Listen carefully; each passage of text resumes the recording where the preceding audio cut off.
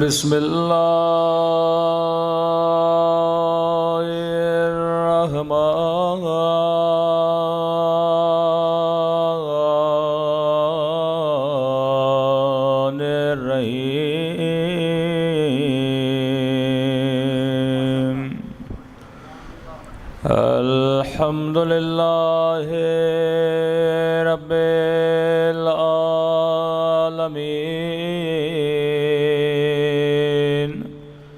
الحمد لله كما هو أهله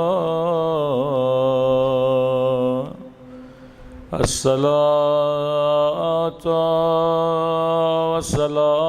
والسلام على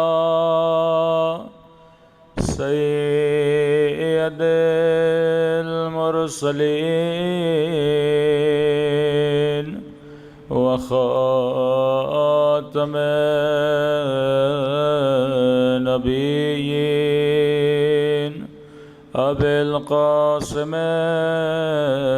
محمد اللهم صل على محمد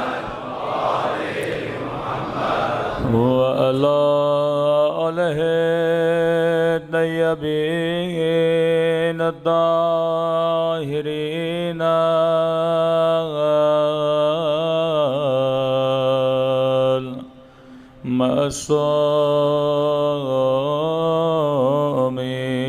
المعصومين سب مل کے اپنے مولا کے برحمتی کی دعا اللہم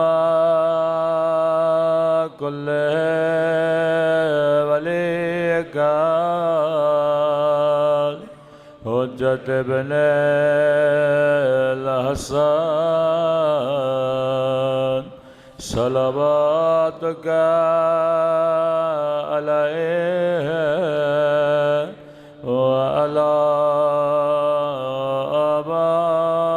آبائه فی هذه الساعة وفي كل وليا وحافظا وقائدا ودليلا وأنا حتى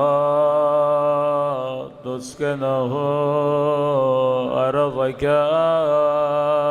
طوعا وتمتعه فيها طويلا برحمتك يا أرحم الراحمين صلوات پڑھے محمد وعلی محمد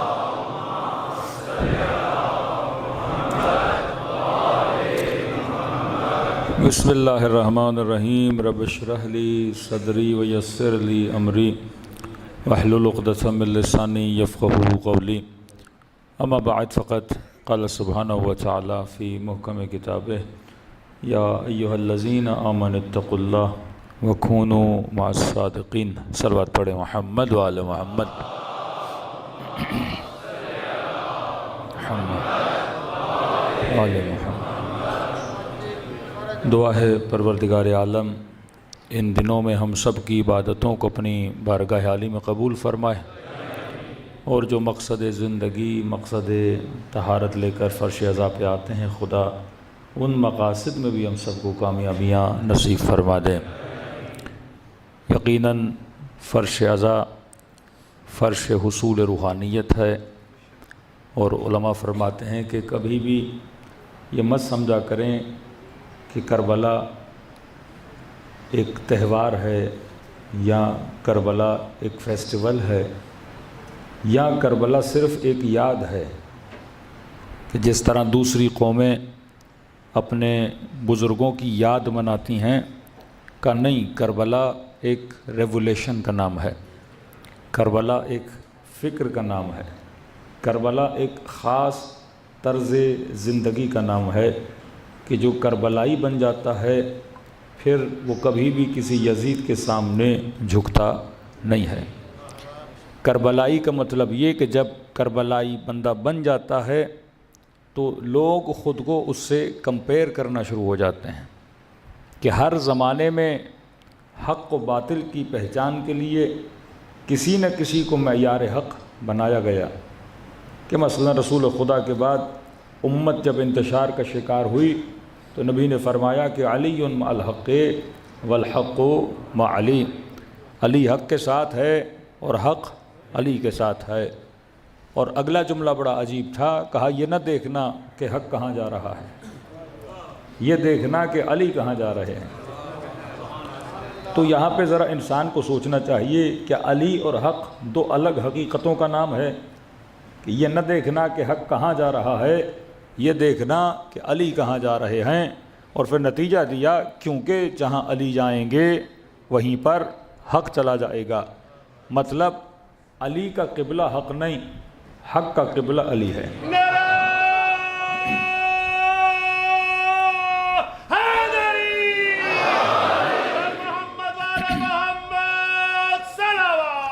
اللہم صلی علی محمد۔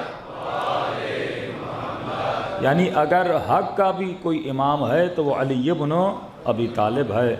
اب دیکھیے جب میں کہتا ہوں حق، جب میں کہتا ہوں باطل، تو آپ کے ذہن میں ایک تھیوری آتی ہے۔ جب میں نے کہا امامت تو آپ کے ذہن میں ایک تھیوری آ گئی، اور آپ سے پوچھا جائے گا کہ امامت کیا ہے تو جو سوچ آپ کے ذہن میں ہے آپ اسے بیان کریں گے۔ میں نے کہا باطل تو ایک سوچ آپ کے ذہن میں آ گئی، میں نے کہا حق ایک سوچ آپ کے ذہن میں آ گئی۔ تو جب یہ کہا نا کہ یہ نہ دیکھنا حق کہاں جا رہا ہے، تو اس کا مطلب یہ نہ دیکھنا کہ حق کی تھیوری بتانے والے کہاں جا رہے ہیں۔ اس مجمع میں اگر 100 لوگ ہیں اور 100 سے پوچھا جائے کہ جناب حق کیا ہے تو ہر بندہ حق کی الگ تھیوری بتائے گا۔ مثلا آپ ایک مسئلہ لے کے 10 مفتیوں کے پاس جائیے، کسی بریلوی کے پاس، پھر اہل حدیث کے پاس، پھر شیعہ کے پاس، پھر نقشبندیہ کے پاس، پھر مختلف فرقوں کے پاس جائیے کہ جناب ہمارا یہ مسئلہ ہے، تو ہر بندہ اپنی تھیوری کے حساب سے بولے گا کہ حق یہ ہے۔ اور جب سب کو آپس میں آپ بانٹیں گے تو سارے کے سارے گویا آپس میں اختلاف کریں گے کہ کوئی بندہ مجلس کو عبادت سمجھے، علم کے چومنے کو عبادت سمجھے، دوسری جگہ جائیں گے تو کہیں گے یہ کار باطل ہے، علیاذ باللہ، اور بھی بول دیں گے یہ بدعت والا کام ہے۔ اسی طرح کئی کام اہل بریلوی صاحب کرتے ہیں جن کو اہل حدیث نہیں مانتے، کئی کام اہل حدیث کرتے ہیں جن کو بریلوی نہیں مانتے۔ تو ایک ہی چیز کی تعریف ہے، لیکن 10 مفتیوں اور مولویوں کے پاس جائیں گے، وہ ڈیفرنٹ حق کی تھیوری بیان کریں گے۔ تو حق کی تھیوری میں تو اختلاف ہو سکتا ہے لیکن وجود حق میں اختلاف نہیں ہو سکتا۔ رسول خدا تھے، لاکھوں تھیوری بیان کرنے والے ہوں، لیکن نبی کا وجود کیا ہے؟ یہ مجسمہ حق ہے۔ تو اب اگر کسی نے اپنی تھیوری کو کسی کے ساتھ کمپیئر کرنا ہو تو وہ کس کے ساتھ کرتے تھے؟ رسول خدا کے ساتھ کرتے تھے۔ اگر کسی نے کہا یہ کام حق ہے، دوسرے نے کہا نہیں ہے، تو کہتے تھے جا کر دیکھتے ہیں، اگر حضرت رسول وہ کام کریں گے تو حق ہے، نہیں کریں گے تو کیا ہے؟ باطل ہے۔ یہی معاملہ رسول کے جانے کے بعد ہوا۔ تھیوری تو مسلمانوں کے پاس تھی، کسی نے قرآن کو نیزوں پہ اٹھا کے بولا حق ہے، کسی نے جنگ کر کے بولا حق ہے، کسی نے امیر المومنین کے مقابلے میں آ کر بولا کہ ہم حق ہیں، لیکن نبی نے کہا یہ نہ دیکھنا کہ یہ اتنے سارے حق جو کہہ رہے ہیں وہ کہاں جا رہے ہیں، تمہیں بس یہ دیکھنا ہے کہ علی کہاں جا رہے ہیں۔ حق علی نالے، علی حق نالے، جڑا حق نالے خدا بیڑا پارے، جڑا حق تو پھرے تے بے شمارے، نعرہ حیدری۔ تو ہر زمانے میں کسی نہ کسی حق کے معیار کا ہونا ضروری ہے جس سے انسان ایک دوسرے کو کیا کرے؟ کمپیئر کرے۔ کہ کبھی کہا ان الحسین مصباح الہدی و سفینۃ النجات، اب کہا کہ یہ نجات کی کشتی ہے، اگر گمراہ ہو جاؤ تو یہ نہ دیکھنا یہ سارے گروہ کہاں جا رہے ہیں، یہ دیکھنا کہ حسین ابن علی کہاں جا رہے ہیں۔ جب مشکلات میں شکار ہو جاؤ اور پریشانیوں کے اندر گھیر جاؤ اور یہ پتہ نہ لگے کہ جنگ کرنی ہے یا صلح کرنی ہے، تو فرمایا اس وقت کس کو دیکھنا؟ حسن ابن علی کو دیکھنا کہ حق کیا ہے۔ واللہ آج مکتب اہل بیت کا 10 سال کا بچہ بھی کنفیوز نہیں ہے، لیکن دوسرے مکاتب کے بچے کنفیوز ہیں۔ بچے تو کیا، جوان بھی کنفیوز ہیں، بوڑھے بھی کنفیوز ہیں۔ کہ آج اسی اسلام آباد کے ایک مولوی صاحب سے پوچھا گیا کہ جناب یہ بتائیے کہ حضرت حسین کے ساتھ ظلم ہوا کہ نہیں؟ کہ ظلم ہوا۔ کہ کس نے کیا؟ کہ یزید نے کیا۔ کہ پھر آپ لعنت بھیج دیجئے۔ کہ نہیں، لعنت ہم نہیں بھیج سکتے۔ مطلب اتنا پڑھ لکھ کر بھی، کتابیں پڑھ کے، حدیثیں پڑھ کے، یا آج تک کنفیوژن کا شکار ہے کہ میں نے لعنت بھیجنی ہے یا نہیں بھیجنی ہے۔ لیکن آپ کا 10 سال کا بچہ جو ہے اسے یہ پتا ہے کہ محبت کس سے کرنی ہے، نفرت کس سے کرنی ہے۔ آپ کے لیے صاف لائن کھینچ دی گئی ہے، اور یہی کنفیوژن انسان کو ڈپریشن سے نکال دیتا ہے، پریشانیوں سے نکال دیتا ہے کہ آج تک ہم اس کنفیوژن کا شکار نہیں ہوئے کہ کس کو رضی اللہ کہنا ہے، کس کو رضی اللہ نہیں کہنا، کس کو ماننا ہے، کس کو نہیں ماننا، کس سے محبت کرنی ہے، کس سے محبت نہیں کرنی۔ کیونکہ رسول نے ایک لائن کھینچ دی، اور جس لائن کے جملے آپ زیارت عاشوراء میں دہراتے ہو کہ انی سلم لمن سالمکم وحرب لمن حاربکم، کہ مولا میں محبت اس سے کروں گا جس نے آل رسول سے محبت کی، اور میری دشمنی بھی اس سے ہے جس نے آل رسول سے دشمنی کی ہے۔ تو فرمایا اب کتنی بھی امت کنفیوژن کا شکار ہو جائے، لیکن علی کے چاہنے والے کنفیوژن کا شکار نہیں ہوتے، کیونکہ ہم نے معیار محبت اور معیار نفرت بتا دیا کہ محبت اس سے کرو جو آل رسول سے محبت کرے، اور نفرت اس سے کرو جو آل رسول سے نفرت کرے۔ صلوات پڑھے محمد و آل محمد۔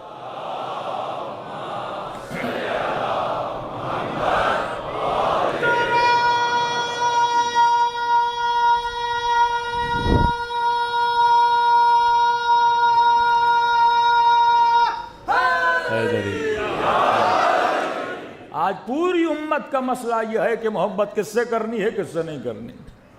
واقعاً آج مسلمانوں کے جتنے گروہ بنے ہیں یہ کس بنیاد پہ بنے ہیں؟ محبت کی بنیاد پہ بنے ہیں کہ یہ شیعت علی ہے، یہ شیعت عثمان ہے، یہ شیعت آل ابی سفیان ہے۔ یہ مختلف جو گروہ بنے کس بنیاد پہ بنے؟ محبت کی بنیاد پہ بنے نا۔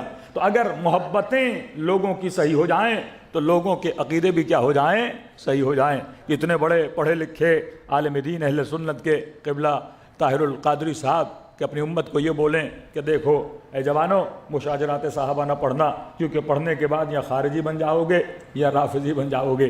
مطلب روکا جاتا ہے مطالعے سے۔ اور یہ وہ زمانہ جو علم کا زمانہ، یہ وہ زمانہ جو آرٹیفیشل انٹیلیجنس کا زمانہ، یہ وہ زمانہ کہ ایک چھوٹا سا سوال چیٹ جی پی ٹی سے کرو وہ فوراً تجھے جواب دے دیتا ہے۔ تو آپ لوگوں کو پڑھنے سے نہیں روک سکتے، لیکن اتنے بڑے معاملات کو پڑھنے کے بعد بھی شیعہ کنفیوز کیوں نہیں ہوتا؟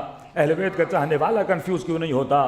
دنیا کی بڑے سے بڑی کتاب لا دو، وہ پڑھنے کے بعد بتا سکتا ہے کہ حق کیا ہے، باطل کیا ہے۔ کیونکہ رسول نے امت کو کنفیوز نہیں رکھا۔ وہ یہ کہہ کر گئے کہ میں تمہارے درمیان 2 گراں قدر چیزیں چھوڑے جا رہا ہوں، ایک کتاب کو چھوڑے جا رہا ہوں، ایک اپنی آل کو چھوڑے جا رہا ہوں۔ تو فرمایا 2 ہی اختلاف ہو سکتے ہیں، یا اختلاف افراد میں ہوتا ہے یا اختلاف متون میں ہوتا ہے۔ افراد میں کیسے؟ آپ کے پاس بھی کتابیں ہیں، برادران اہل سنت کے پاس بھی کتابیں ہیں، وہ بھی کہتے ہیں قال قال رسول اللہ، آپ بھی کہتے ہیں قال قال رسول اللہ۔ اب بھائی رسول یہاں پہ کچھ اور کہہ رہا ہے، وہاں پہ کچھ اور کہہ رہا ہے، امت پریشان ہو جاتی ہے۔ یہ بڑے بڑے لوگ جو ہدایت آدھی پا جاتے ہیں، آدھے راستے میں پھنس جاتے ہیں۔ پھنستے کہاں ہیں؟ حدیثوں میں پھنس جاتے ہیں، اور ایسی حدیثیں جن کا نہ سر ہے نہ پیر ہے۔ مثلا میں چھوٹی سی مثال دے رہا ہوں، جو یہ بتاتے ہیں کہ بھائی یزید کے خلاف اتنا نہ بولا جائے۔ وہ کہتے ہیں دیکھیے جناب ہم یہ معاملہ اللہ پہ چھوڑتے ہیں کہ حضرت حسین صحیح تھے یا یزید صحیح تھا۔ ہم نے کہا کیسے؟ کہ رسول خدا کی حدیث ہے کہ حاکم کیسا بھی ہو، چاہے فاسق ہو چاہے فاجر ہو، یہاں تک بول دیا کہ چاہے اس کے وجود کے اندر شیطان ہی کیوں نہ چلا جائے، فرمایا چاہے وہ تمہیں اپنے دین سے ہٹا بھی دے، لیکن فرمایا حاکم کے خلاف بولنا نہیں ہے، حاکم کے خلاف قیام نہیں کرنا۔ فاجر ہے تو زبان سے نہ بولو فاجر ہے، پہلے کا دل سے بول دو کہ برا ہے، لیکن زبان سے ظاہر نہ کرو، اس کے خلاف تلوار نہ اٹھاؤ۔ اور یہاں تک نبی نے کہہ دیا، یا آج تک اپنے بچوں کو سناتے ہیں کہ ایک بچہ جب مدرسے میں جائے گا ایسی روایتیں اور حدیثیں پڑھے گا، ایک طرف پڑھے گا رسول نے کہا کہ حاکم فاجر ہو کتنا بھی بدترین کیوں نہ ہو، لیکن تم نے اس کے خلاف قیام نہیں کرنا۔ دوسری طرف دیکھے گا کہ نبی کا نواسہ ہے جو حاکم کے خلاف قیام کر رہا ہے، تو اس کے ذہن میں پہلی بات یہ آئے گی کہ حسین ابن علی نے اپنے نانا کی سیرت پہ کیا نہیں کیا، عمل نہیں کیا۔ دوسری طرف وہ رسول کے نواسے ہیں جو مدینے سے نکل کے یہ کہہ رہے ہیں کہ میرے 2 ہی ہدف ہیں نکلنے کے۔ پہلا ہدف یہ ہے کہ نانا کی سیرت کو زندہ کروں، دوسرا ہدف یہ ہے کہ امت کی بدعتوں کو ختم کروں.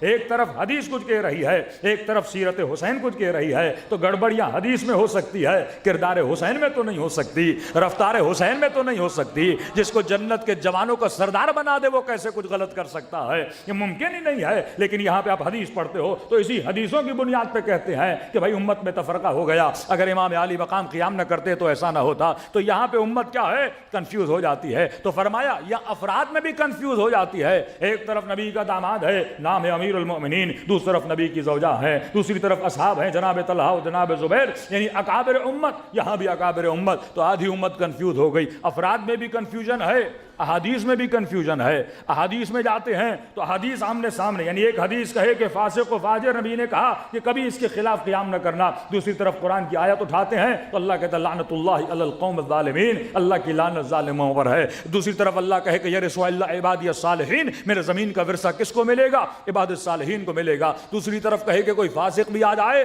اگر قیام نہ کرنا. تو ایک کنٹروڈکشن پیدا ہو گیا کہ روایات قرآن کی آیات کے مقابلے میں اور افراد اہل بیت کے مقابلے میں. تو اب سمجھے تو کیا سمجھے؟ تو نبی نے بڑا آسان کر کے اہل علم, اہل فہم, اہل عقل, اہل لب لباب کو یہ بتا دیا کہ سنو, اگر افراد میں جھگڑا ہو جائے تو معیار حق علی کو بنا کے جا رہا ہوں. یا علی. بڑے سے بڑے افراد بھی مقابلے میں آ جائیں تو کنفیوژن کا شکار نہ ہونا. یہ بتا کے جا رہا ہوں کہ علی مع الحق والحق مع علی, علی حق کے ساتھ ہے, حق علی کے ساتھ ہے. یہ میری آل رسول جہاں کھڑی ہو وہاں حق ہے. کسی کو سفینہ نجات کہہ دیا, کبھی کہا کہ یہ دونوں امام ہیں, کھڑے رہیں تب بھی امام ہیں, بیٹھ جائیں تب بھی امام ہیں. تو فرمایا اگر افراد کے اندر کنفیوژن آ جائے تو کنفیوژن میں نہ جانا, بس اتنا دیکھنا کہ علی کہاں جا رہا ہے, حسن کہاں جا رہا ہے, حسین کہاں جا رہا ہے. اور فرمایا اگر احادیث میں کنٹروڈکشن ہو جائے پھر بھی گھبرانے کی ضرورت نہیں ہے, میں قرآن چھوڑ کے جا رہا ہوں. اگر حدیث قرآن کی آیت کے مفہوم سے ملے تو اسے سینے سے لگا دینا, لیکن اگر قرآن کی آیت کی مخالفت کرے تو روایت کے جملے ہیں, فرمایا دیوار پہ مار دینا یا جوتے کی نوک پہ رکھ دینا, کیونکہ وہ کلام رسول کا کلام نہیں ہو سکتا جو اللہ کے کلام کی مخالفت کرتا ہوا نظر آئے. صلوات پڑھے محمد و آل محمد.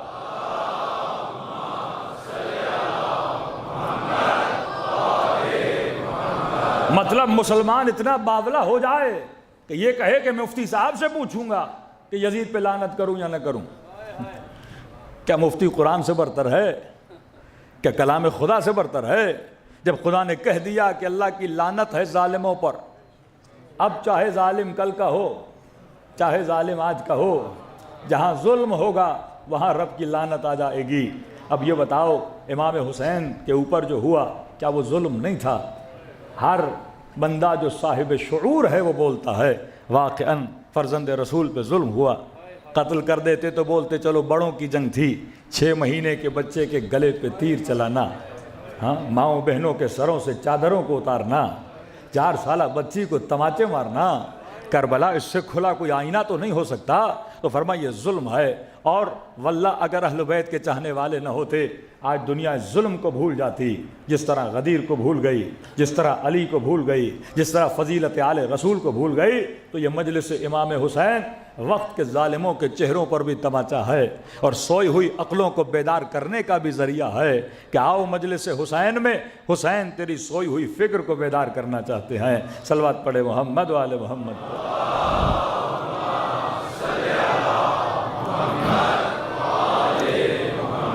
دیکھیے کئی ہمارے برادران اہل سنت کے نوجوان, ایک بیداری کی لہر ہے کہ جیسے میں کہتا ہوں پہلا ورژن محمد علی مرزا کا تھا, دوسرا ورژن پہلا ورژن مولانا اسحاق کا تھا, اس کا نتیجہ مرزا بنا, تیسرا ورژن ابھی مفتی ہمدرد کا ورژن ہے.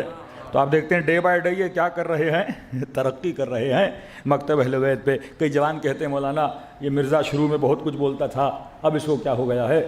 میں نے کہا دیکھو منبع اور مرکز کہ بندہ لے کہاں سے رہا ہے. ہاں وہ ہمیشہ کہتا ہے میں کسی نہ بابے کو مانتا ہوں نہ کسی وہابی کو مانتا ہوں, لیکن کل اس نے خود کہا کہ 2 بابوں کو میں بھی مانتا ہوں, ایک مسلم ایک بخاری. تو جو بابوں میں پھنسے گا وہ کبھی در علی پہ نہیں آ پائے گا, کیونکہ منبع وہی ہے. اب لوگ کہتے ہیں مولانا مسئلہ یہ تھا کہ وہ کوئی نئی بات نہیں کر رہا تھا, یعنی اتنے سالوں سے 60-70 سالوں سے شیعہ ممبر سے بول رہے تھے کہ امیر المومنین پر ممبروں سے سب و شتم کیا گیا. عوام کہتے اتنی شیعہ جھوٹ بول رہے ہیں.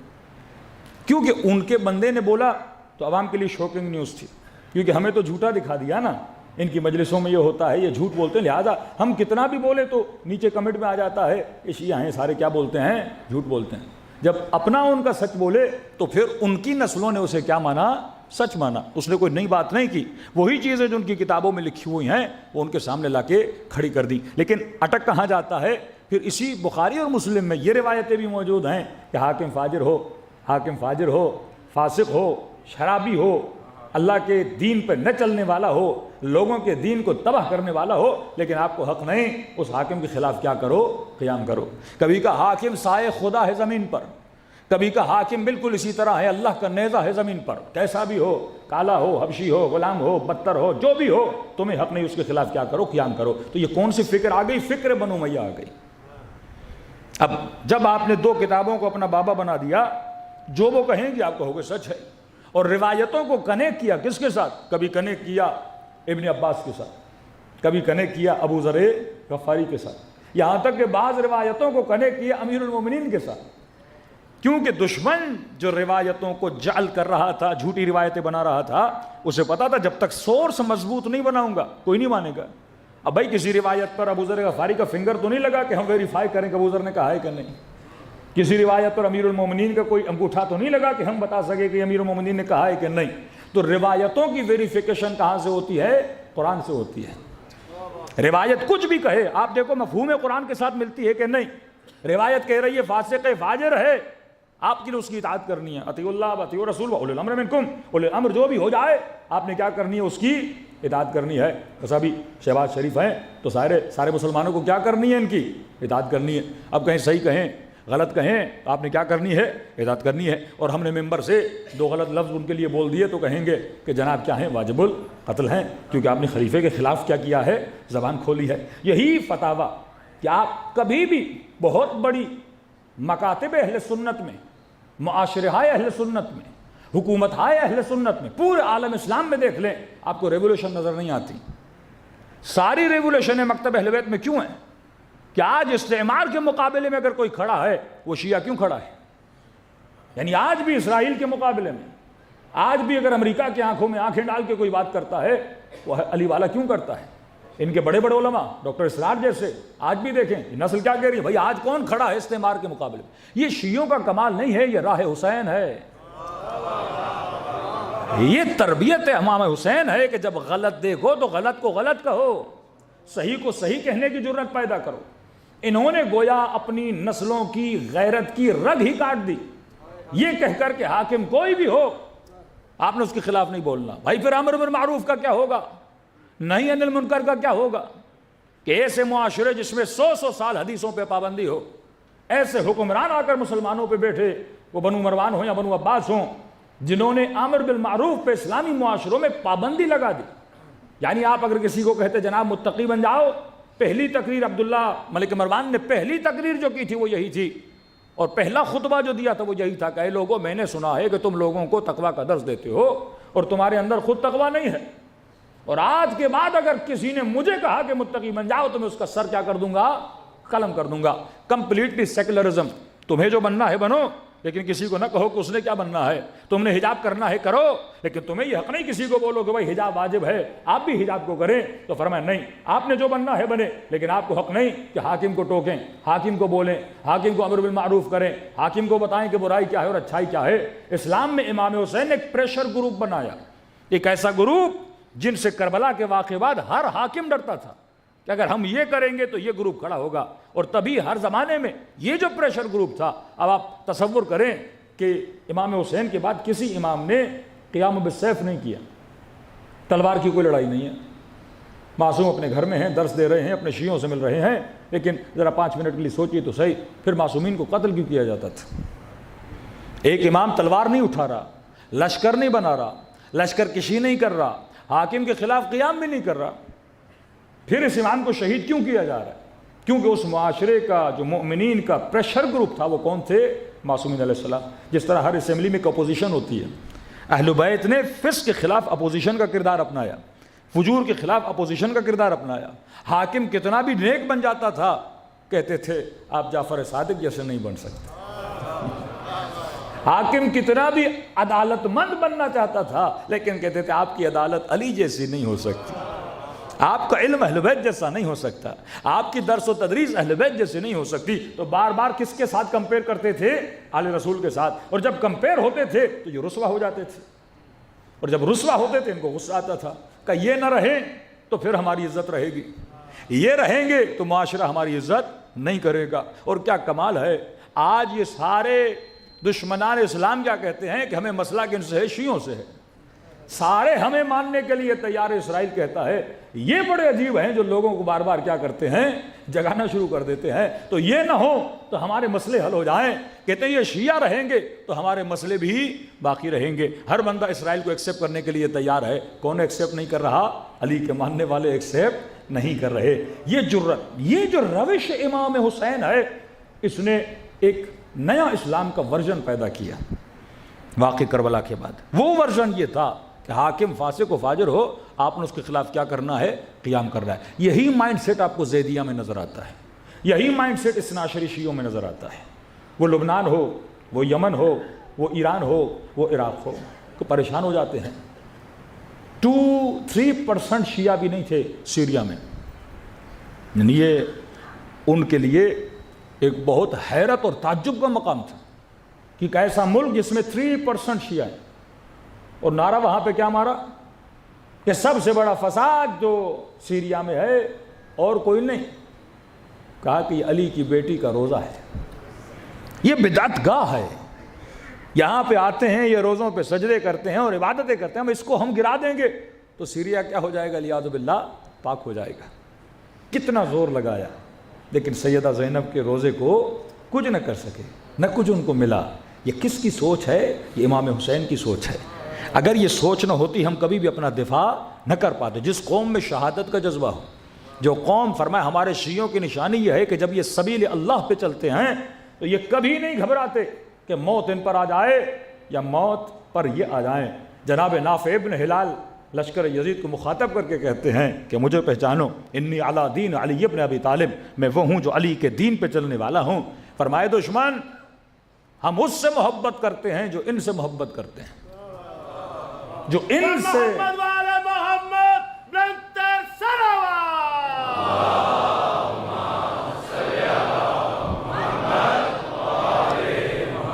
میدان میں کھڑے ہو کر کہا کہ میں علی کے دین پر ہوں، اور اپنی تولا اور تبرہ بھی بتائی، کہا کہ جو ان سے، امام حسین کی طرف اشارہ کیا، جو ان سے نفرت کرتا ہے ہم ان سے نفرت کرتے ہیں، جو ان سے محبت کرتا ہے ہم ان سے محبت کرتے ہیں۔ پھر فرمائے دشمن تم ہمیں موت سے ڈراتے ہو، ہمیں کوئی کراہت نہیں کہ ہم رب کی ملاقات کے لیے جائیں، مارنا ہے مارو، کیا ہوگا؟ زیادہ سے زیادہ اللہ کی ملاقات کے لیے چلے جائیں گے۔ اور فرمایا ہم تو مشتاق ہیں جتنا جلدی ہو سکے رب کی ملاقات کریں اور رسول کی زیارت کریں اور علی کی ہم نشینی حاصل کریں۔ صلوات پڑھیں محمد والے محمد۔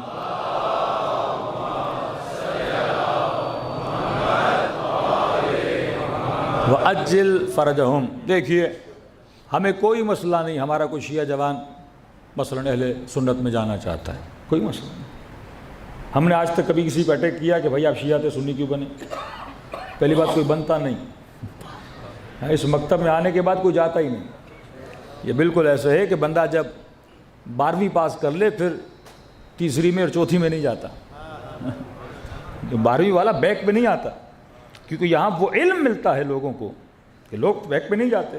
اگر کوئی چلا بھی جائے تو ہم نے کبھی کوئی اعتراض نہیں کیا۔ انسان کی اپنی چوائس ہے، اپنی عقل کے حساب سے وہ جس چیز کو انتخاب کرنا چاہتا ہے، اللہ نے اسے کیا دیا ہے؟ حق دیا ہے۔ لیکن دوسری طرف آپ دیکھیں کہ جیسے لوگوں کو حق نظر آتا ہے وہ مکتب اہل بیت میں آنا چاہتے ہیں، یا انہیں مارا جاتا ہے یا انہیں روکا جاتا ہے۔ یہی کراچی میں 3-4 دن پہلے بیچارے مفتی ہمدرد صاحب کو پکڑا بھی، مارا بھی، تھانے میں گئے، پھر SHO سے ان کو مروایا۔ اب امیر المومنین کی مجھے بات یاد آ گئی، جب جنگ صفین میں امیر المومنین کو یہ گالیاں دے رہے تھے اور لشکر علی والوں نے بھی رپلائی دینا چاہا تو میرے مولا نے کہا کہ تم علی کے چاہنے والے ہو، امام نے فرمایا جب تک وہ زبان سے بات کر رہے ہیں زبان سے جواب دو، تلوار نہ اٹھاؤ، اینٹ نہ اٹھاؤ، پتھر نہ اٹھاؤ، اور جواب میں بھی گالی نہ دو، کیونکہ گالی وہ دیتا ہے جس کے پاس دلیل نہیں ہوتی۔ کَنَحْنُ أَبْنَاءُ الدَّلِيلِ، تم علی کے ماننے والے ہو اور تم کیا ہو؟ صاحب دلیل ہو۔ جہاں دیکھو اگلا غصہ کر رہا ہے، گالی دے رہا ہے، مارنے پہ اتر رہا ہے، تو کیا مطلب اس کے پاس کیا نہیں ہے؟ دلیل نہیں ہے۔ آپ کو کسی نوجوان سے مسئلہ ہے، جناب آپ اسے کیا دیجئے؟ دلیل دیجئے۔ سوشل میڈیا کا زمانہ ہے، آپ کو ہمارے کسی لفظ و عبارت سے مسئلہ ہے تو آپ کیا دیجئے؟ دلیل دیجئے۔ تو پڑھے لکھے معاشرے ڈائیلاگ کے ساتھ اپنے مسائل کو حل کرتے ہیں، اور جاہل معاشرے جن کے پاس دلیل نہیں ہوتی وہ لڑائیوں سے مسائل کو حل کرتے ہیں۔ تو اہل بیت نے اپنے کردار سے بتایا کہ ہم باب مدینۃ العلم کے ماننے والے ہیں، اور انہوں نے اپنے کردار سے بتایا کہ ہم جہالت کے ماننے والے ہیں۔ صلوات پڑھے محمد و آل محمد۔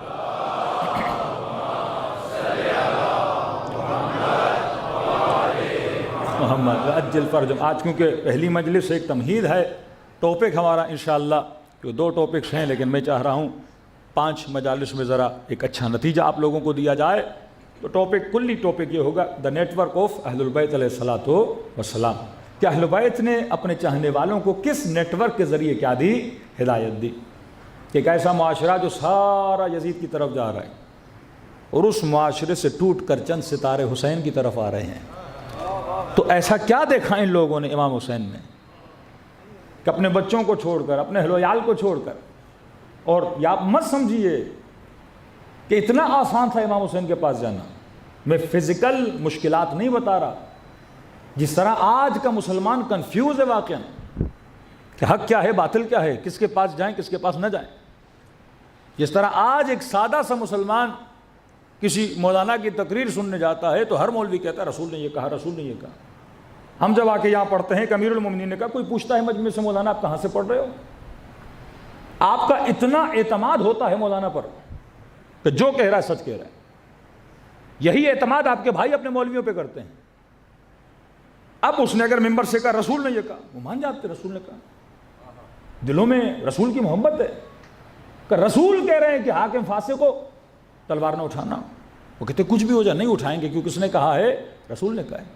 معاملہ یہاں سے بگڑا، یعنی دین میں جتنی خرابی مولوی نے پیدا کی کسی نے نہیں کی، کیونکہ دین کا ٹھیکیدار کون؟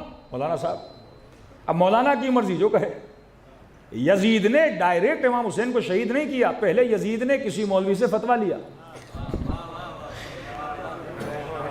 تاکہ امت اگر پوچھے کہ یزید کیسے شہید کر رہا ہے فرزند رسول کو، بھئی میں تھوڑی کر رہا ہوں، قاضی القضات، یہ قاضی صاحب ہیں، یہ پاکستان کے سمجھو مفتی صاحب ہیں، اور سب سے بڑے مفتی، انہوں نے لکھ کے دیا ہے رسول کے اس فرمان کے مطابق کہ وقت کے حاکم کے خلاف قیام نہیں ہو سکتا، جماعت امت سے الگ نہیں ہو سکتے۔ یہ لفظ جماعت کہاں سے آیا؟ یہ حدیث کی روشنی میں لفظ جماعت، کہ جو جماعت امت سے الگ ہو جائے، قد رفض، وہ رافضی، ہمیں کیا کہتے ہیں؟ روافض، وہ جو جماعت سے نکلے۔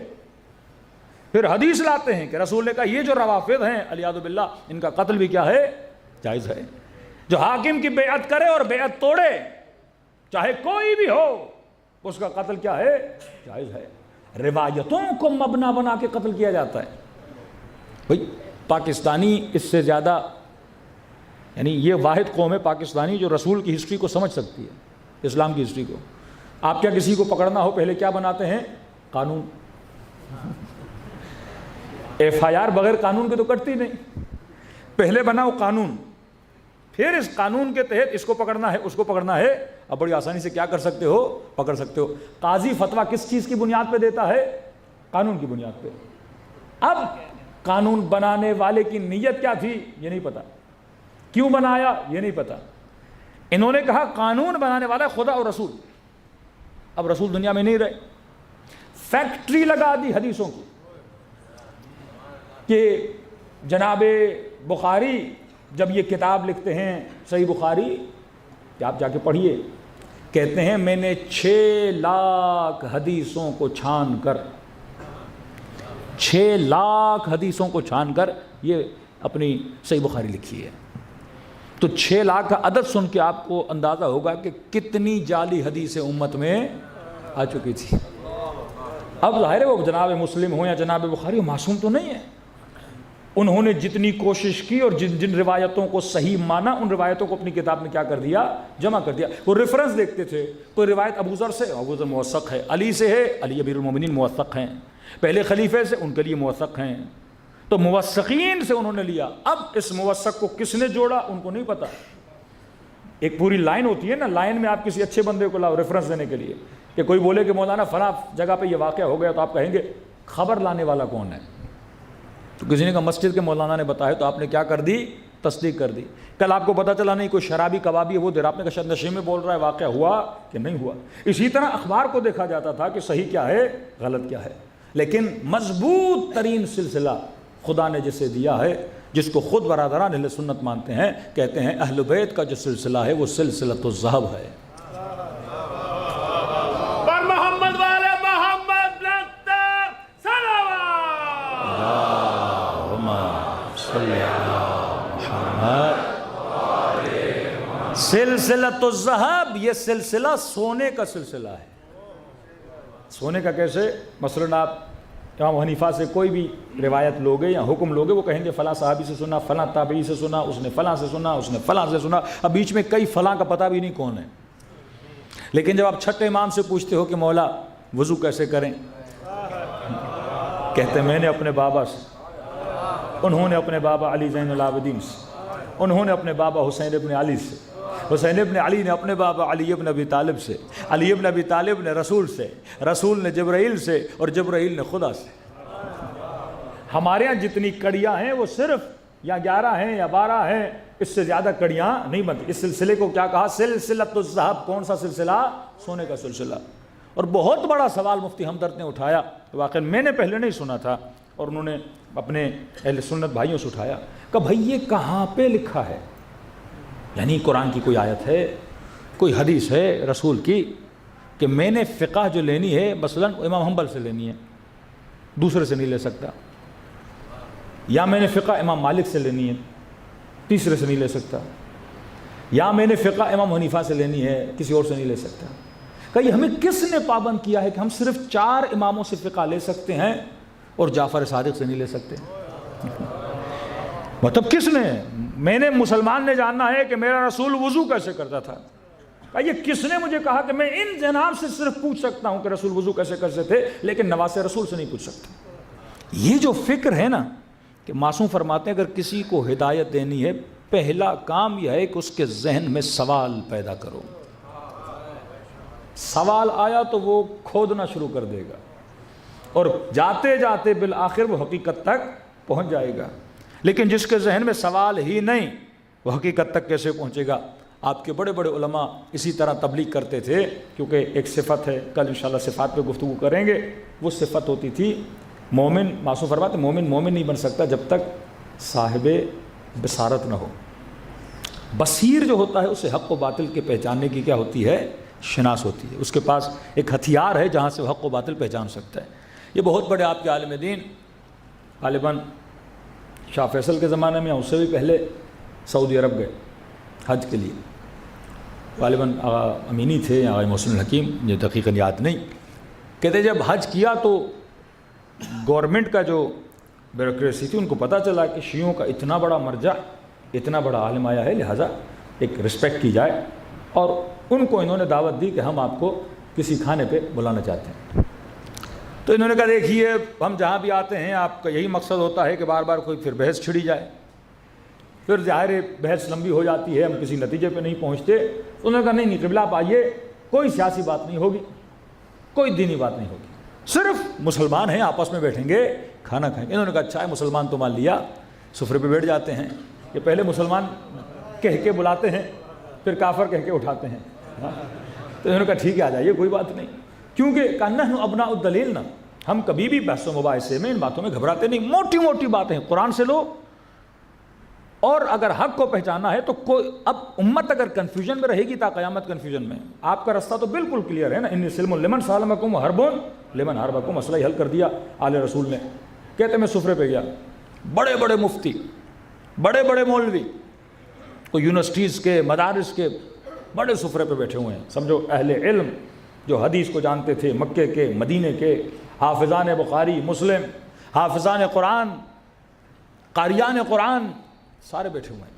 کہتے کھانا چلا، سب نے کھایا، جب کھانا ختم ہوا تو انہوں نے کہا دیکھیے قبلہ علماء کی محفل ہے تو ہم کوئی سیاسی بحث تو نہیں کرتے، لیکن کیا اچھا ہو جائے کہ وہ محفل کیسی جس میں ذکر رسول نہ ہو، وہ محفل کیسی جس میں کلام رسول نہ ہو۔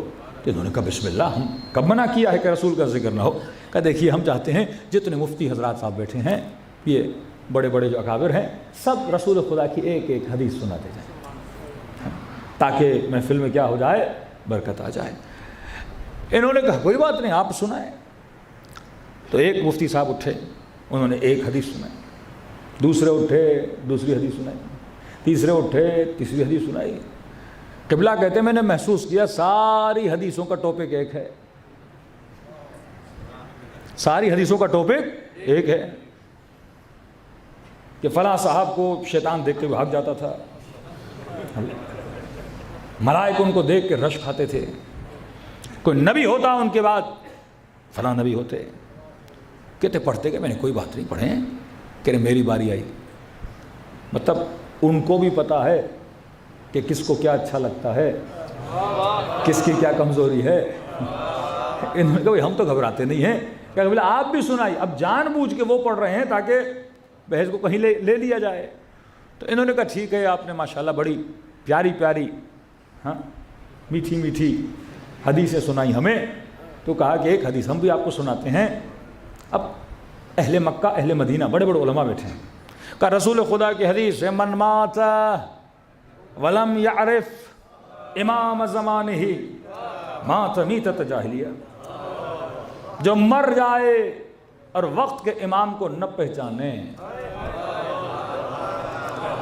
وہ جاہلیت کی موت مرا۔ تو جتنے مکے مدینہ کا قد صدق، سچ کہا رسول خدا نے، واقعاً یہ حدیث ہے کہ آپ ماشاءاللہ اہل مکہ اہل مدینہ پڑھے لکھے مفتی صاحبان، کئی حدیث ہے آپ کی کتابوں میں۔ کہا الحمدللہ ہم مانتے ہیں، ہر فرد مانتا ہے۔ رسول نے فرمایا جس نے وقت کے امام کو نہیں پہچانا وہ جاہلیت کی موت مرا۔ کہا ہم سب پہچانتے ہیں، یہ بیٹھے ہوئے اوپر ہمارے حاکمان، ہمارے وقت کے امام ہیں، ہم ان کی معرفت رکھتے ہیں۔ انہوں نے کہا نہیں میں آج کی بات نہیں کر رہا، آپ نے بھی حدیثیں پڑھی ہیں، مجھے بس اتنا بتائیے کہ نبی کی بیٹی کا وقت کا امام کون تھا؟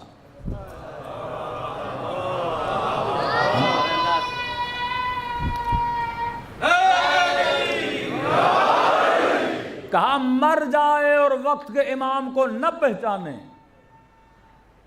یا علی، مر جائے وقت کے امام کو نہ پہچانے تو جہالت کی موت مر گیا۔ کب صحیح بخاری یا مسلم کے اندر یہ جملے ہیں کہ نہیں قد ماتت، دنیا سے چلی گئیں اور فلاں سے بات نہیں کی۔ مسلم جملے موجود ہیں، یہاں تک کہ دنیا سے چلی گئیں اور ناراض رہیں۔ اب میری سمجھ میں نہیں آتا، دو ہی ہیں، اگر پہچانا ہوتا تو امام سے کوئی ناراض نہیں ہوتا،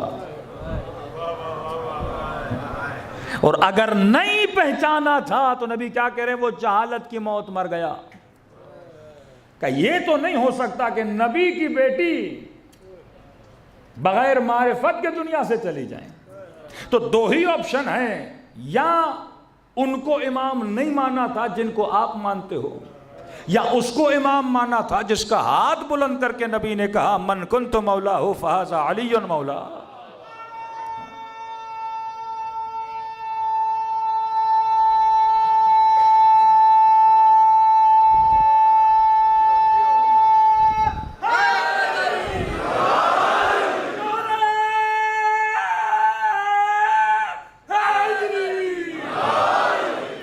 یا ان کو امام مانا جن کو ہم شیعہ مانتے ہیں، حیدری، یا جن کو آپ مانتے ہیں۔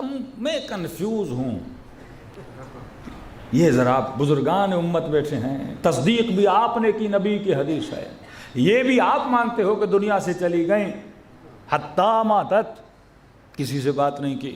کہ قبلہ صاحب ہمیں دیر ہو رہی ہے، محفل بہت لمبی ہو گئی ہے، کل بہت ہمیں کام ہے، پھر کبھی بیٹھیں گے اس مسئلے کو حل کر دیں گے۔ یہ مکتب اہل بیت ہے کہ جو دلیل سے بات کرتا ہے۔ آپ کو جو اہل بیت نے دلیلیں دی ہیں، جس کو عقل بھی تسلیم کرتا ہے، قرآن بھی تسلیم کرتا ہے، اور رسول خدا کی ذات اقدس بھی ان دلیلوں پہ روشنی ڈال رہی ہوتی ہیں، تو شکر خدا کرو حسین نے آپ کو کلیئر رستہ بتایا، آپ کو اہل بیت نے کنفیوز نہیں چھوڑا۔ آپ دنیا سے جاتے ہو تو مطمئن ہو کے جاتے ہو، قبر میں اٹھائے جاؤ گے تو مطمئن ہو کے اٹھائے جاؤ گے۔ تو فرمایا یہ مکتب مکتب عقل ہے، یہ مکتب مکتب شعور ہے۔ اب تھوڑا سا میں نیٹ ورک کا اشارہ کر دوں، کیونکہ ہم نیٹ ورک آف اہل البیت اور اصحاب اہل البیت پہ بھی گفتگو کریں گے۔ میں نے کراچی میں اس پہ تفصیل نقشہ پڑھا ہے، لیکن یہاں پہ تھوڑی سی میں لنک کرتا ہوا جاؤں گا۔ اہل بیت نے اس مکتب کو ایک نیٹ ورک کے ذریعے چلایا۔ کبھی بھی ہمارا جوان یہ نہ سوچے کہ مولا علی ممبر پہ جاتے تھے، 4 خطبے دیتے تھے اور لوگ سنتے تھے، لکھتے تھے، اور شیعہ اس طرح بڑھتے گئے۔ یا آپ کے چوتھے امام دعائیں پڑھتے تھے، 5ویں امام فقہی مسائل سناتے تھے، اور اتنی بڑی فقہ بن گئی، اتنا بڑا سسٹم بن گیا، اور اتنی ترقی کر دی مکتب اہل بیت بغیر حکومت کے، بغیر پیسے کے، بغیر فوج کے، کہ کربلا میں امام حسین کے ساتھ کتنے ہیں؟ 72 ہیں، اور چھٹے امام جب درس دیتے ہیں تو 4 ہزار لوگ مولا کے درس میں شرکت کر رہے ہیں۔ وقت وہ آتا ہے کہ مامون مجبور ہو کے امام رضا کو ولی عہد بناتا ہے، اتنے مجبور ہوئے کہ ائمہ کو اپنی بیٹی دینی پڑی، اپنا کیا بنایا؟ داماد بنایا۔ 11ویں امام کا زمانہ ایسا آ گیا کہ چھاونیوں میں ڈال دیا کہ یہ کسی سے میل جول بھی نہ کر سکیں۔ جب آپ پہ سختی بڑھتی ہے، دلیل یہ ہے کہ آپ کی طاقت بڑھ رہی ہے۔ سختیاں کسی پہ بھی بڑھیں، آپ یہ سمجھ لیں کہ وہ بندہ کیا ہو گیا ہے؟ طاقتور ہو گیا ہے۔ سختی اسی کمزور پہ کبھی سختی نہیں کی جاتی۔ اگر اہل بیت ان کے لیے خطرہ نہ ہوتے تو کبھی وہ اہل بیت پہ سختیاں نہ کرتے۔ کہ اتنے شیعہ بڑھے کہ آپ کے چھٹے امام کے زمانے میں اہل قم، شہر رے، شہر کاشان، کہ آپ کے 5واں اپنا بیٹا کاشان کی طرف بھیجتے ہیں۔ بخارا شیعہ ہو چکا، سمرقند شیعہ ہو چکا، اہل مصر شیعہ ہو چکے، اہل عراق شیعہ ہو چکے، یہ جتنے ممالک تھے، یعنی اتنی تیزی سے شیعت بڑھی، یہ کوئی جادو کی چھڑی تو نہیں تھی، یہ اہل بیت کا مضبوط ترین نیٹ ورک تھا۔ اور اس نیٹ ورک کا جو اصل مرکز تھا، اس نیٹ ورک کو آپ نے سمجھنا ہے۔ جو نوجوان آئی ٹی میں ہیں یا ڈیزائنر ہیں، اگر اس کو بنانا چاہیں تو آپ اپنے گھر میں اس نیٹ ورک کو چھاپ کے اس کا ایک میپ بنا کے لگا سکتے ہیں۔ دیکھیے، ایک آپ چورس کوئی چیز بنائیے، سمجھیے اہل بیت کا نیٹ ورک ہے، اس کے بیچ میں لکھیے اس نیٹ ورک کو چلانے والے کون ہیں؟ اہل بیت اور قرآن۔ یہ نیٹ ورک کہاں سے فیڈنگ لیتا ہے؟ ہر نیٹ ورک کو چلنے کے لیے فیول چاہیے۔ اس نیٹ ورک کا جو فیول ہے وہ ہے عقل اور حکمت۔ اس کی بنیاد ہے عقل اور حکمت۔ آپ اپنے فقہی مسائل دیکھیں گے، اس میں عقلانیت ہے۔ کل 1-2 مثال دوں گا تاکہ آپ دوسروں کو سمجھا سکے۔ نیٹ ورک کا فیول کیا ہے؟ عقل اور حکمت۔ اس نیٹ ورک کے افراد کا ایک دوسرے کے ساتھ تعلق کس بنیاد پر ہے؟ محبت اور نفرت کی بنیاد پر۔ آپ سارے یہاں جمع ہو کس کی محبت میں؟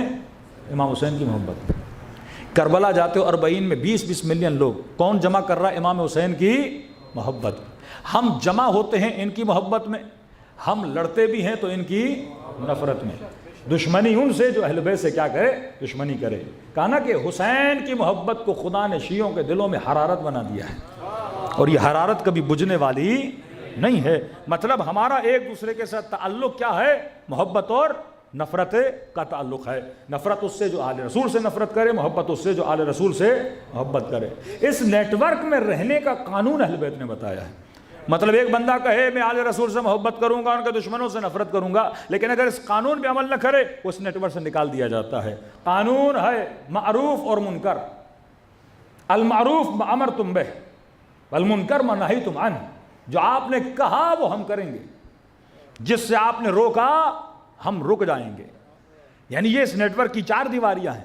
ہمارے بعض شیعہ ایسے ہیں جو کہتے ہیں ہم اہل بیت کے نعرے تو ماریں گے، محبت کے قصیدے تو پڑھیں گے، لیکن جو علی نے کہا ہم کریں گے نہیں، جو حسن نے کہا ہم کریں گے نہیں۔ ارے پھر تم کربلا کے اصحاب میں سے نہیں بن سکتے۔ خط لکھنے والوں کے دلوں میں محبت تھی پر تبرہ نہیں تھا، اور کئی ایسے تھے جیسے ابن مسعود، قاری قرآن ہے، بہت بڑے اکابر امت میں سے ہے، اس کے اندر تولا بھی ہے، تبرہ بھی ہے، لیکن معروف اور منکر نہیں تھا کہ امام حسین نے کہا میری مدد کے لیے آپ نہیں گئے اہل بیت کی مدد کے لیے۔ کئی ایسے لوگ تھے جو بیٹھ گئے، لیکن کئی ایسے لوگ تھے کمپلیٹ اگر اس نیٹ ورک کے اندر جان لانی ہے اور اس نیٹ ورک کا حصہ بننا چاہتے ہو، اشہد انک قد اقمت الصلاۃ وآتیت الزکاۃ وامرت بالمعروف ونہیت عن المنکر۔ المعروف ما امرتم بہ، جو آپ نے کہا میں کروں گا، جس سے آپ نے روکا میں رک جاؤں گا۔ تو افراد کا تعلق محبت اور نفرت، نیٹ ورک کو چلانے والے قرآن اور اہل بیت، نیٹ ورک یہاں سے فیڈنگ لے رہا ہے وہ عقل اور حکمت۔ اب اگر اس نیٹ ورک میں ہم رہے، قانون پہ عمل کیا، معروف اور منکر پہ بھی عمل کیا، اس کا نتیجہ ہے ظہور امام زمانہ۔ مولا آ کر کیا کریں گے؟ فرمایا عدل قسطم عدلا ملئت جورن و فسقا۔ اے مولا زمین جور اور فسق و فجور سے بھر گئی، اور امام جب ظہور کریں گے تو کیا ہوگا؟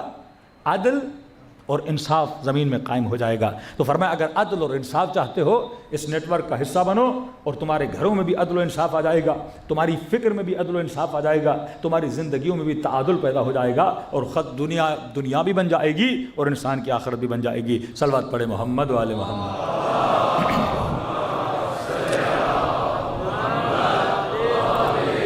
اب کل کی مجلس میں انشاءاللہ آپ کو بتائیں گے کہ کس طرح ہمارے مکتب کا ایک ایک حصہ فطرت کے عین مطابق ہے، عقل کے عین مطابق ہے۔ ایک طرف وہ نیٹ ورک جو کہے کہ رونا بدعت، باپ بھی مر جائے نہ رو، بیٹی بھی مر جائے نہ رو۔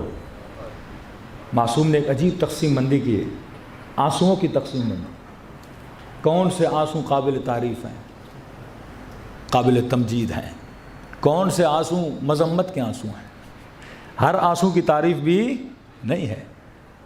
ایک آنسو وہ جس کو سیدہ اپنے رومال میں لے لے، اگر مسلمان نسبتوں کو سمجھ جاتے۔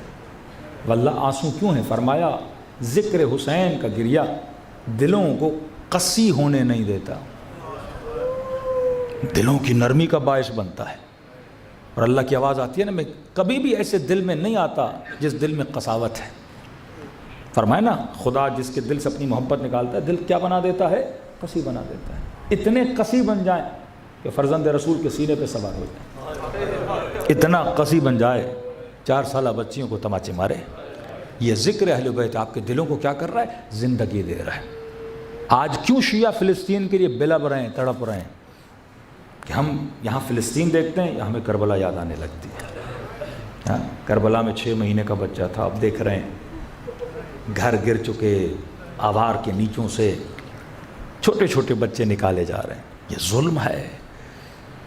فرمایا کونوا للظالم خصما وللمظلوم عونا۔ ظالم کے لیے اپنے دل میں کیا پیدا کرو؟ دشمنی پیدا کرو۔ مظلوم کے لیے اپنے دل میں کیا پیدا کرو؟ محبت پیدا کرو۔ آج آپ کے دل نرم ہے نا، پریکٹیکلی اگر کوئی ان کی مدد کر رہا ہے، کون ہے؟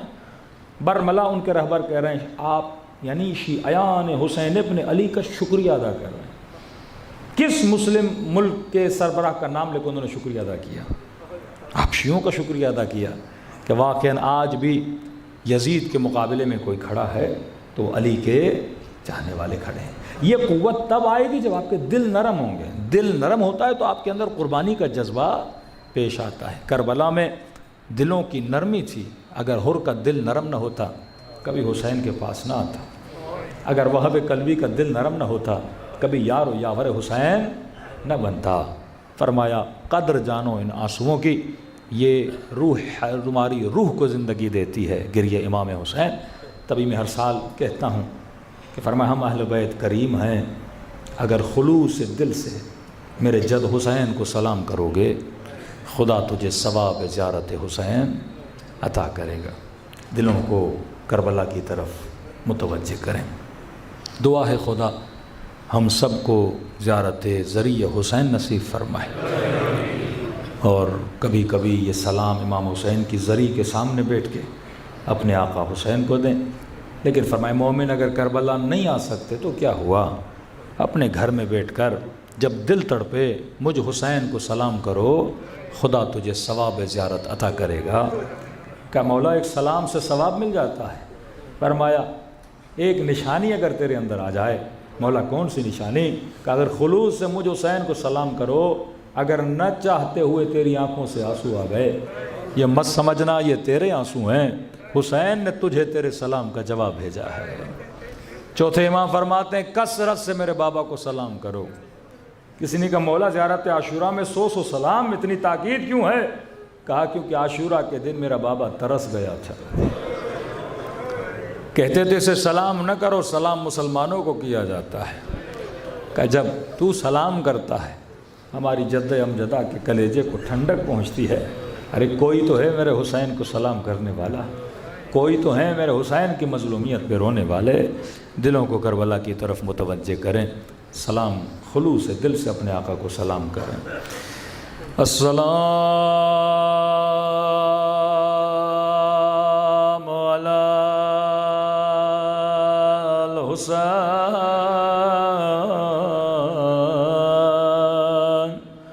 وعلی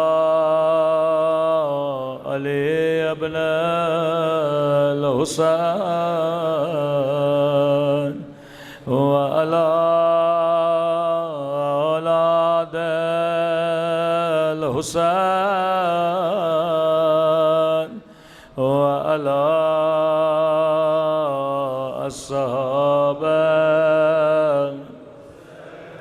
حسین کی صدا بلند ہو، سلام علی الحسین وعلی علی ابن الحسین وعلی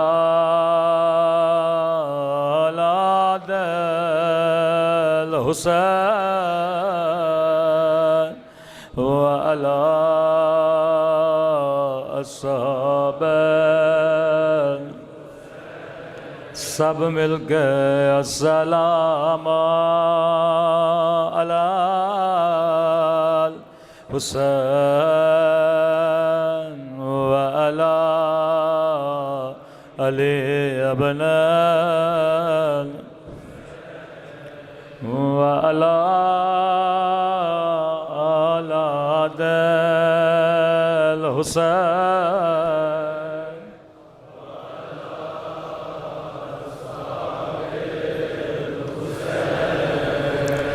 میرا سلام ہو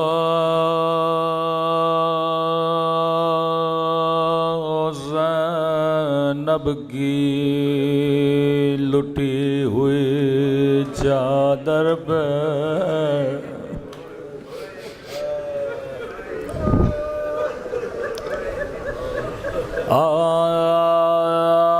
آج 11 محرم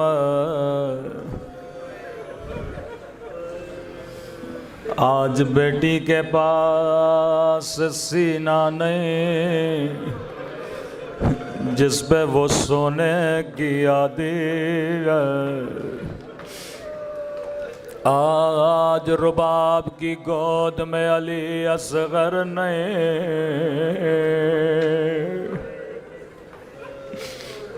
آج زینب کے پاس آن محمد نہیں۔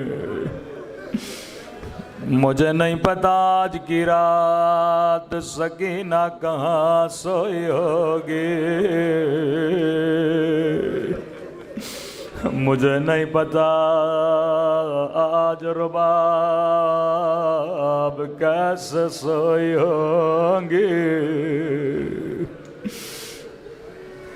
میں قربان امام زمانہ کی مظلومیت پہ، جب کبھی دل کرے رونے کا تو زیارت ناہیہ بڑا کرو۔ فرماتے شیعو تو سن کے برداشت نہیں کرتا، لیکن میں نے یہ سارے منظر اپنی آنکھوں سے دیکھے۔ فرمایا میرا سلام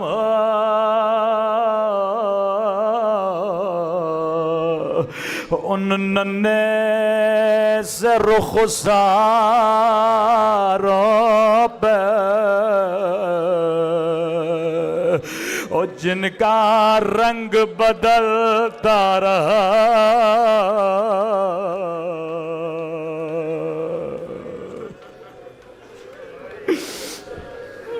یہ نہیں کہا رنگ بدل گیا بلکہ فرمایا بدلتا رہا کبھی شمر کے تماچوں نے رنگ نہیں لگیا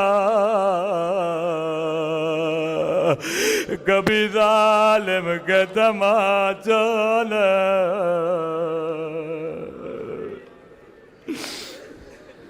شاید کوئی مسلمان کہے شیعہ اتنا کیوں روتے ہوئے میں کہوں گا بخاری کی ایک حدیث سنا دو رسول خدا فرماتے ہیں مسلمانوں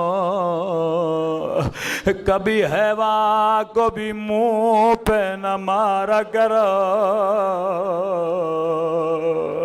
حیوانوں کے چہروں کا بھی احترام کیا کرو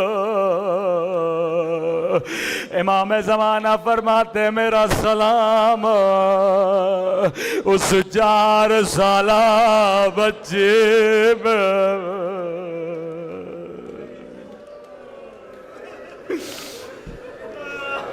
اے کاش نبی کی نواسیوں کا احترام کیا جاتا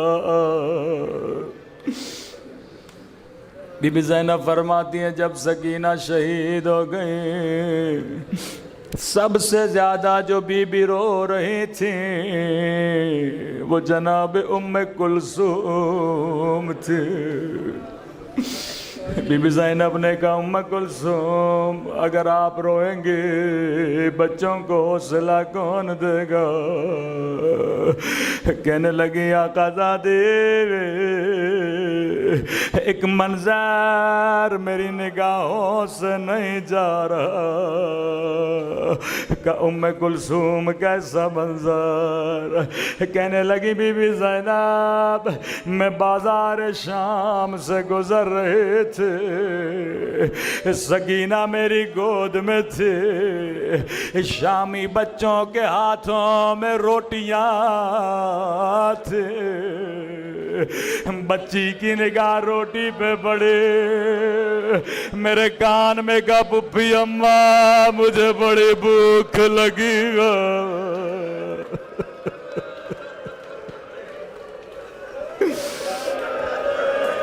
کا سکینہ دنیا سے چلے گئے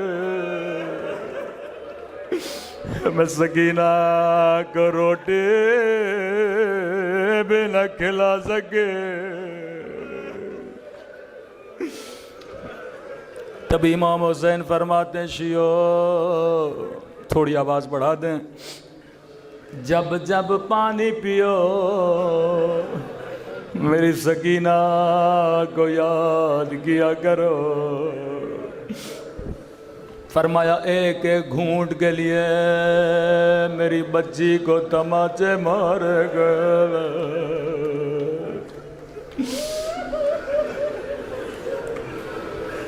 شیخ عباس قمی کے بیٹے فرماتے ہیں میں بیمار تھا خواب میں رسول خدا آئے فرمایا شیخ علی مجھے حسین کی بیٹی کے مصائب سنا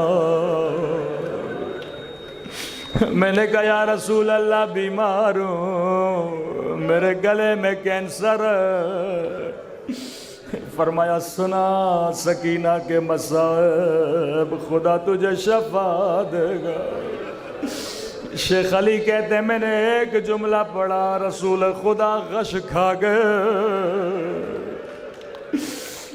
کہا کون سا جملہ تھا شیخ علی کہتا ہے میں نے سکینہ کا وہ جملہ کہا جب بابا کا سر بچی نے سینے سے لگایا ہوا تھا میں نے بس اتنا کہا بچی نے کہا میرے غریب الوطن بابا اور میرے 3 دن کے پیاسے بابا، بابا میرا رخسار چھوٹا تھا لیکن شمر کا ہاتھ بڑا تھا۔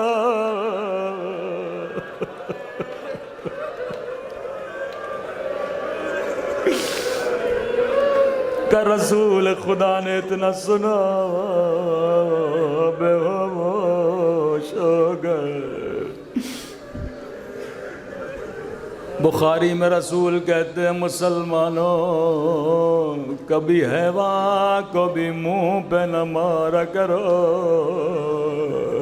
اگلا سلام میرے امام زمانہ کا بڑا درد بھرا سلام ہے۔ فرمایا میرا سلام ہو ان خشک پھٹے ہوئے ہونٹوں پہ،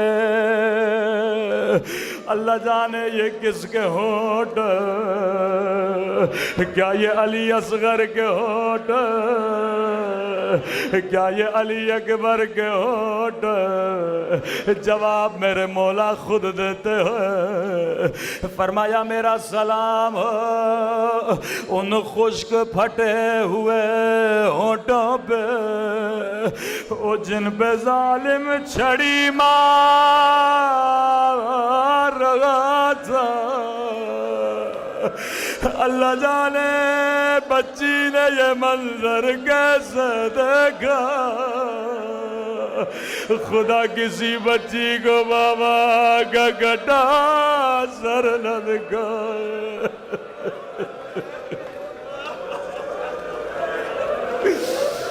میں قربان امام حسین آپ کی مظلومیت پہ ماتم حسین۔